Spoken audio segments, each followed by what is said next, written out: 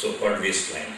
So the approach has been very clear, and especially in Karnataka, we are looking at bringing something like 2.76 lakh hectares of land under cultivation of these crops in the next 3 years or so. The end of this year, we would have completed about 30,000 hectares of land brought under cultivation, and these are all essentially so-called waste and degraded land, and these are all the land that belongs to the government. And then, we also have a program where we have been very aggressively involving the farmers. And obviously, the question would come to our mind, why farmers if we don't want the agricultural land to be transferred as far as the biofuel crops are concerned. We believe in this country there is plenty of scope for farmers to get involved, because we really look at the kind of traditional agricultural practices that we had in this country.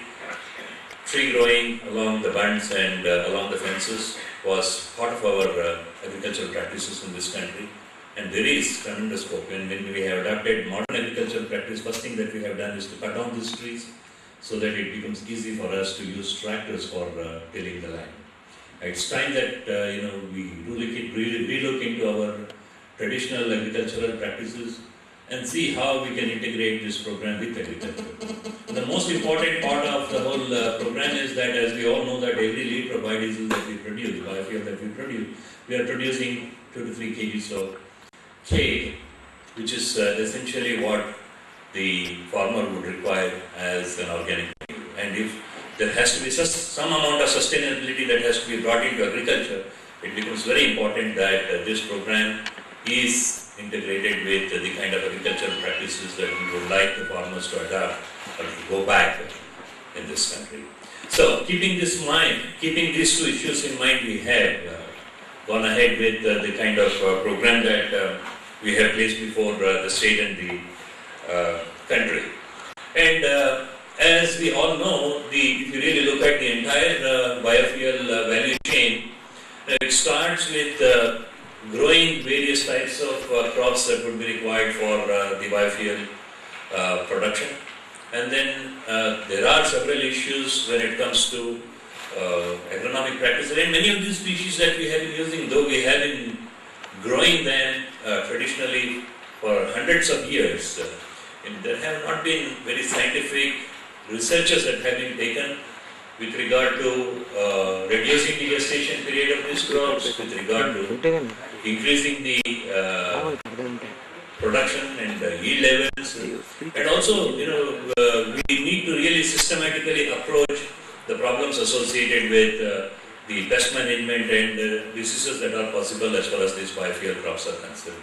So a lot needs to be done in this area. There have been some initiatives, but not adequate enough. So we need to do a whole lot, and I think the session 1 is going to be focusing on such opportunities that we have for taking up research.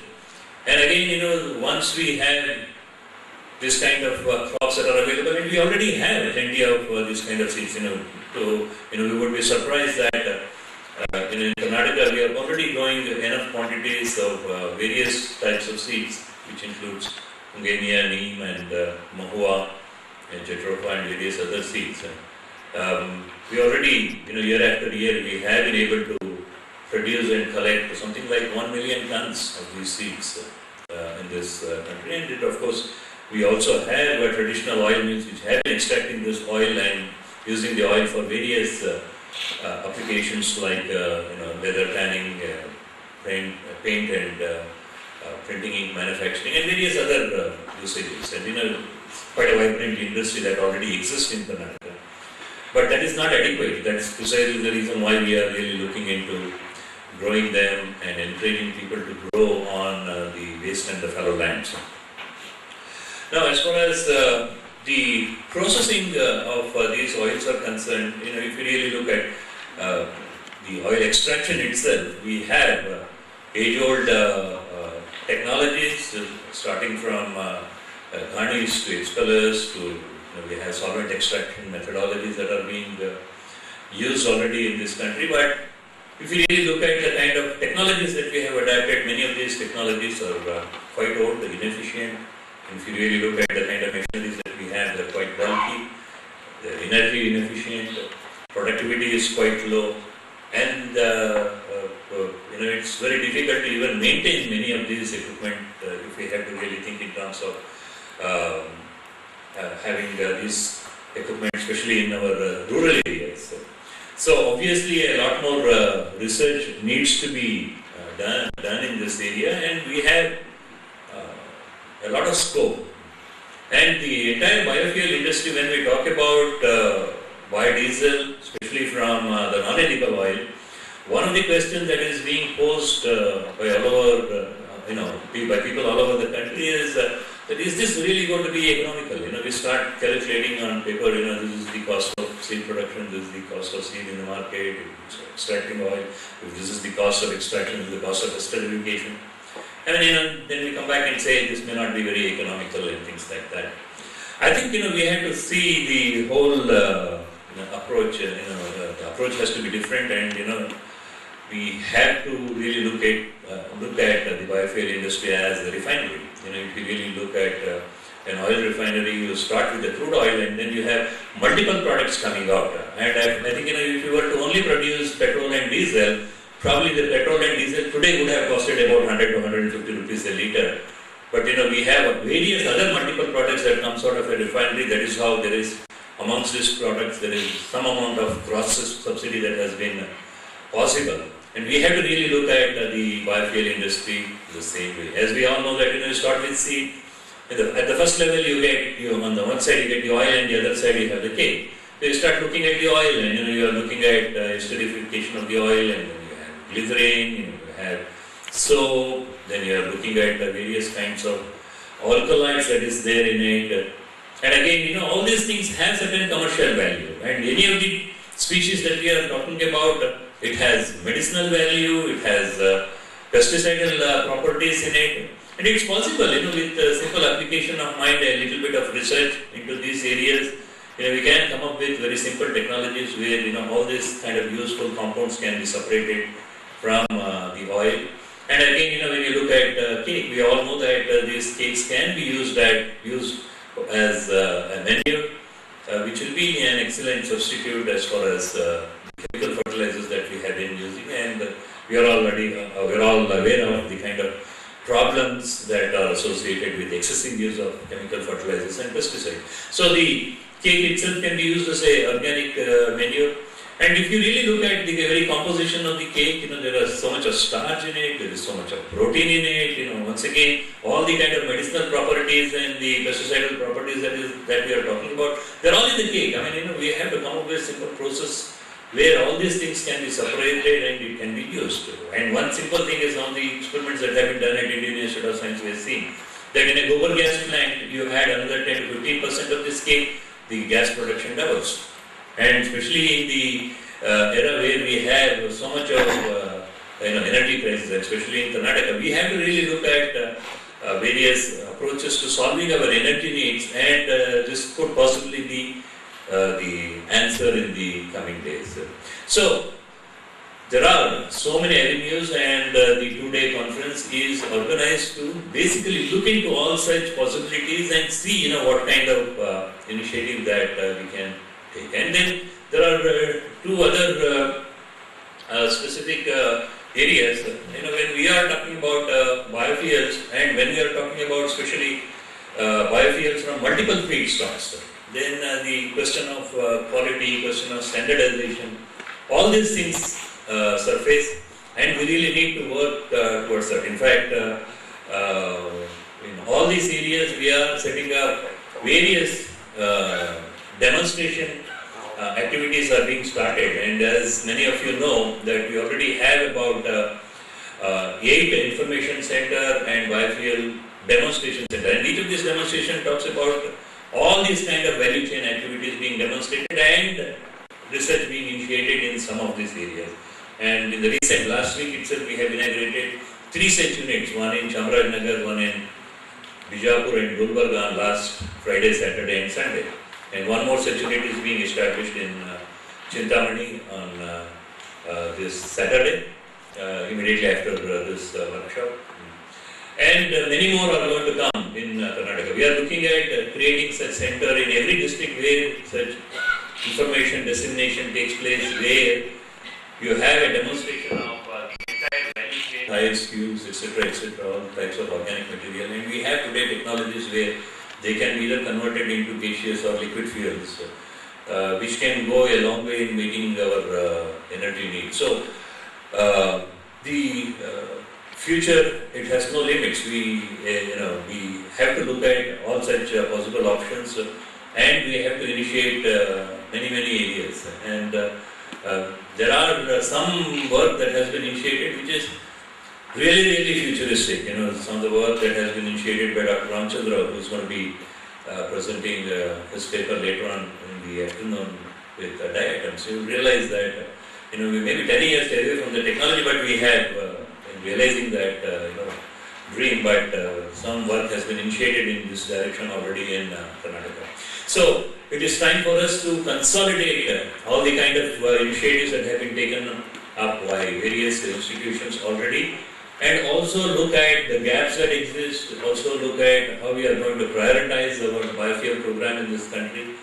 And we would like to take a very integrated approach, because the whole idea is that we want the whole program to succeed. We have seen many programs that have been initiated in the past, and midway through it's not planned properly, people didn't share their vision, and people didn't organize themselves very well, and there were a lot of missing links in the chain, and the programs have gone for a six. And many of such programs we have initiated in the past, we have even forgotten them. And we cannot afford to do that as far as the biofuel is concerned, because we have to become, this country has to become self-reliant in the near past, the near future. And as we all know that this country cannot afford to be dependent on imports as far as meeting our energy needs are concerned. So it is I believe that it is a very important national mission that we have taken up upon ourselves to and to succeed. And in this endeavor, I would request the cooperation and participation of all of you.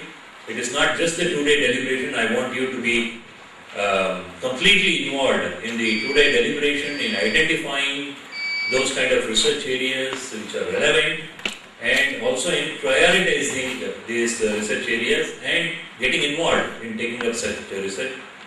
One of the things that we have also ensured is that there will be some presentations on how and where the money can be brought for this kind of research. So we have requested Department of Science and Technology, Biotechnology, MNRE and others to be here. Some of them are here, and we will be telling you how do we go about, if we have to access those funds. So I once again request to be part of the two-day deliberation, and also to be associated with us totally in realizing some of the dreams that we have. Thank you very much.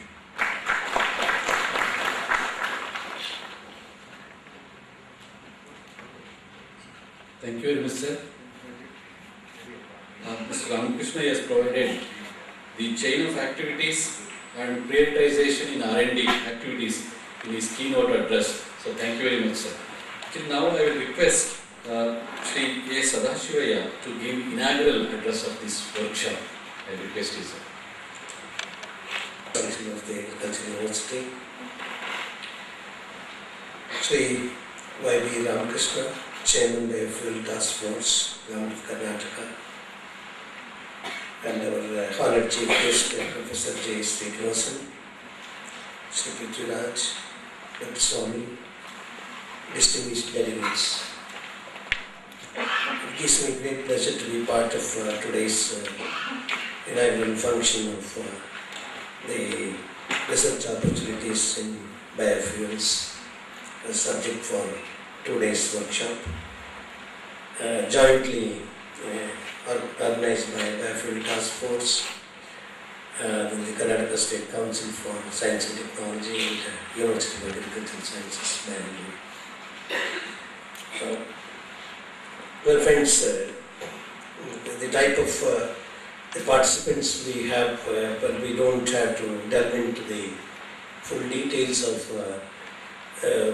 what it is and all that, but how best we can go about the whole thing and bring about a change the fastest possible time is an important thing, because We have been talking about it for quite some time. I was also participant in one of the workshops held in the Indian Institute of Science some years back, and possibly we have spent over 1 decade actually, and the achievement seemed to be not so very encouraging in terms of the production and then bringing to use the biofuels for various sectors, and most important the transport sector, which today has many ailments.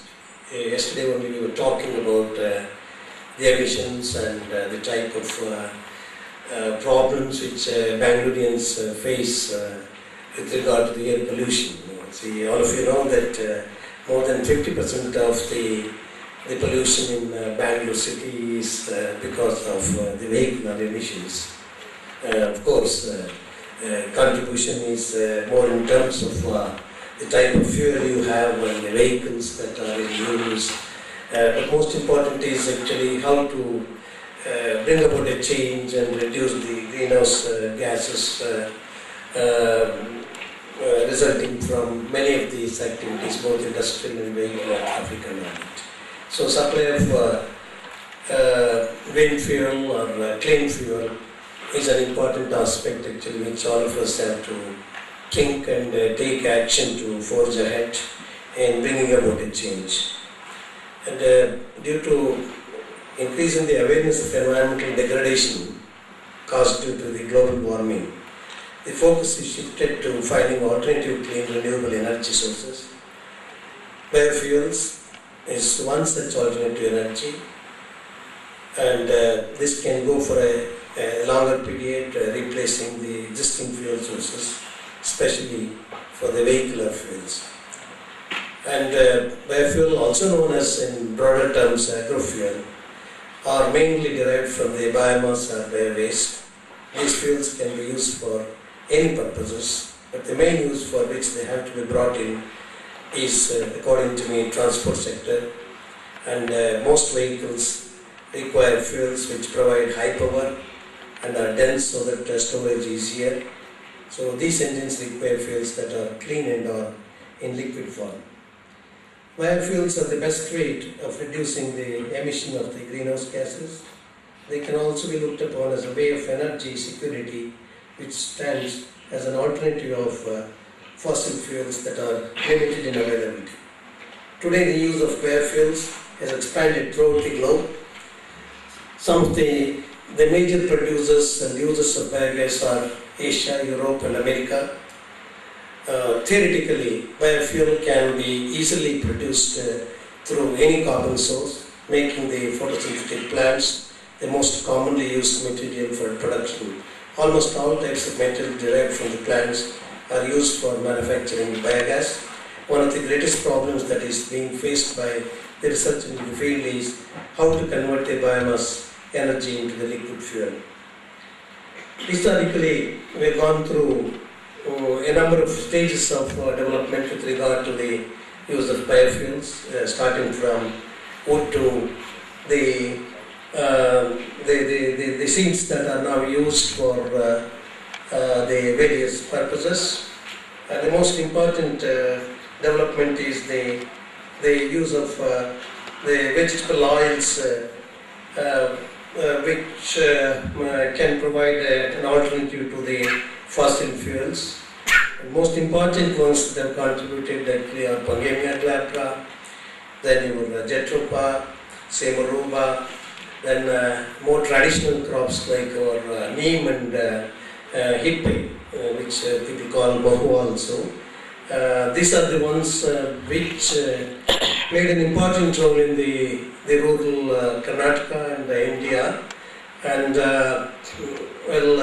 with the development of agriculture and going in for more and more of a modern way of using fertilizers and all that, this honge and other crops actually went to the background. And today there is need for bringing back this into the rural economy. The most potential species that I see is honge, which has a lot of adaptability and easy to rise, and luckily it's a non-browsable species. But what is most important now is, these species, you need to go for clones of the right kind and increase the productivity of the land. More important is the clones that have to be selected and brought into the commercial scale of production. And I understand from the talk of our keynote address expert that yes, food security is the biggest concern that we have today in the entire world. We feel that diversion of these lands for the production of the biofuel would endanger the food security and possibly bring about a change in the food prices also. If the poor people have to pay more for the food, actually that also brings a social problem. Possibly this can be solved in several ways. One such way I feel is by going for intensive cultivation of these biofuel crops, which are mostly the tree type of crops, in the village forest communities lands in Karnataka. We have been able to, over a period of last 20 years nearly, we have been able to build up about 4,000 and odd village forest communities all over the state. And together actually they have about 3.5 lakh hectares of forest land, degraded forest land given to their care. And still there is scope for improving those actually, although a lot of work has been done in covering up those areas. These were mostly the forest areas which were bordering the villages, and they were the one which were under great pressure, and they have been subjected to so much of pressure that it was impossible to bring back those to the productive stage. So that's where the government of India thought that we must go in for the participatory management of forest by involving the people as if they are the partners. Today, Karnataka government gives 75% of the produce to the village community, both for individual and community benefit. And the institutional frame is well developed. After many years of the efforts, and the initial efforts were made when I was the project director of the UK DFID a project called Western Ghat Forest and Environmental Project. We started the entire operation in the degraded forests of the North Karnataka and Shimoga area and down there. And the institutional, the setup that we have today can bring about a lot of change, because the farmers who are involved in that are highly motivated, and in some cases I was so happy the efforts made by us those days. Recently the Chief Minister went to hand over 1.5 crores of money to the village community, which is a result of the efforts made about 15 years back. That's a great thing actually for a village community. Actually, they can improve a lot of things, and apart from improving the forest areas which have been harvested, they will have a lot of benefit for the community as well as for the individual members and all that. So with this type of thing taking place, we only need an institutional framework to going for such a massive effort. I would say, I request the task force chairman to kindly concentrate more on the village forest communities land. They are all very good lands. Let's go in for intensive cultivation rather than thinking of actually the forestry way of doing things. In the forestry way of doing things, what we do, we plant up and leave it. Actually, we're happy if the trees come up and cover up the area. But beyond that, actually, we don't think as to what is the return that we are getting from this.